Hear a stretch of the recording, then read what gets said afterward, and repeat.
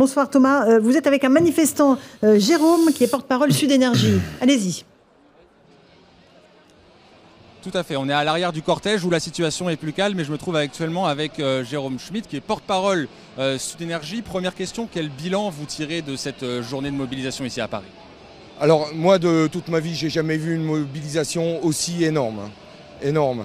Alors nous dans l'énergie, on est en grève depuis le mois de février. Aujourd'hui beaucoup de centrales sont à l'arrêt. Ça coûte environ 15 millions d'euros par heure de grève actuellement. Et ce, depuis 3 semaines. Ça veut dire que Macron, on peut lui dire de l'argent, il y en a, il le sait, il s'en fout. Tout ça, c'est idéologique. La grève, le peuple, il n'en a rien à faire. Et il continue, il persiste. Et voilà, il veut nous en donner pour 2 ans ferme. Et nous, on veut pas. On veut pas, tout simplement, il faut qu'il l'entende. Il y avait une portée particulière aujourd'hui parce qu'on est une semaine après l'utilisation du 49.3, au lendemain de l'intervention du président de la République. Dans quel état d'esprit vous êtes venu aujourd'hui ? Alors c'est évident, le 49.3 a joué, parce que mine de rien, le monde du travail avait l'espoir que cette loi soit retoquée.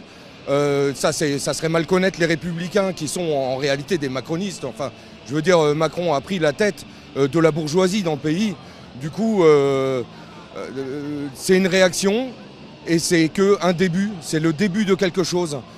Depuis des décennies, on n'a jamais vu ça. Un mot sur la manifestation du jour, il y a eu des tensions à l'avant de ce cortège. Vous-même, vous me parliez tout à l'heure de l'utilisation du gaz lacrymogène. Quel regard vous portez sur cette violence qui, malheureusement, a régné aussi aujourd'hui dans la manifestation et toujours règne actuellement? La violence, elle est à l'image de la violence que le gouvernement, de la politique gouvernementale.